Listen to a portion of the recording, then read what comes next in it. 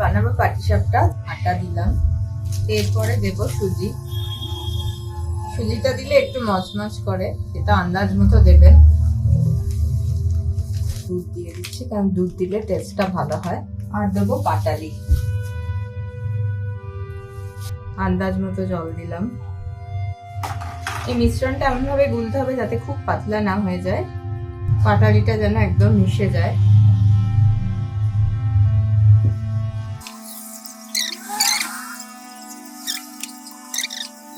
দেখুন আমার গোলাটা হয়ে গেছে, এটা এরকম হবে, খুব পাতলাও হবে না আবার বিরাট কিছু ঘনও হবে না। আমি এটাকে ভালো করে একটু ফেটিয়ে নিচ্ছি।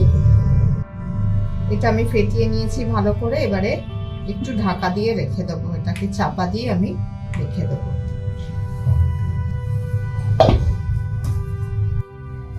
তাড়াতাড়ি সময় বাঁচানোর জন্য আমি দেখুন নারকোল নাড়ু বানিয়ে রেখে দিয়েছিলাম, এই নারকোলগুলো দিয়েই আমি পাটিসাপটার পুরটা করব।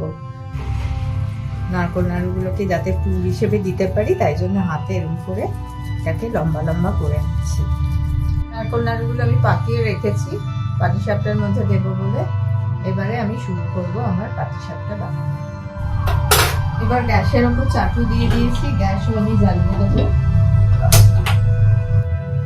তেল দিলাম, দিয়ে তেলটা মাখিয়ে নিলাম চাটুর গায়ে। এবারে চাটুর মধ্যে আমি এই মিশ্রণটা দেব।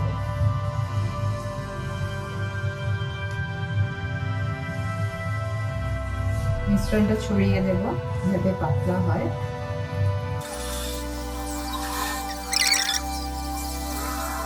এবারে আমি যে পুরটা বানিয়ে রেখেছিলাম সেই পুরটা মাঝখানে দিয়ে এবার আস্তে আস্তে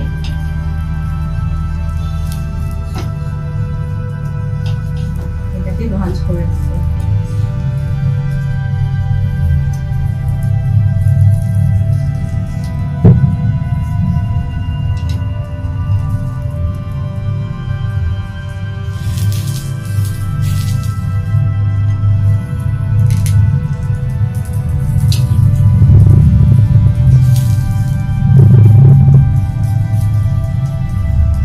সুজিটা দেওয়ার জন্য এটা খুব মচমচে হয়েছে।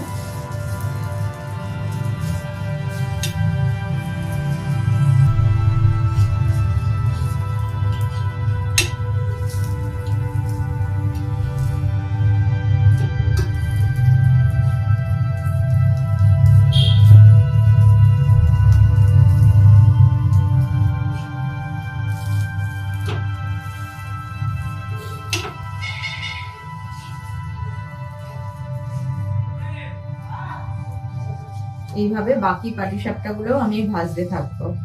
এবার দ্বিতীয় পাটিসাপটাটা ভাজবো। আমি আবার তেল দিয়ে দিলাম।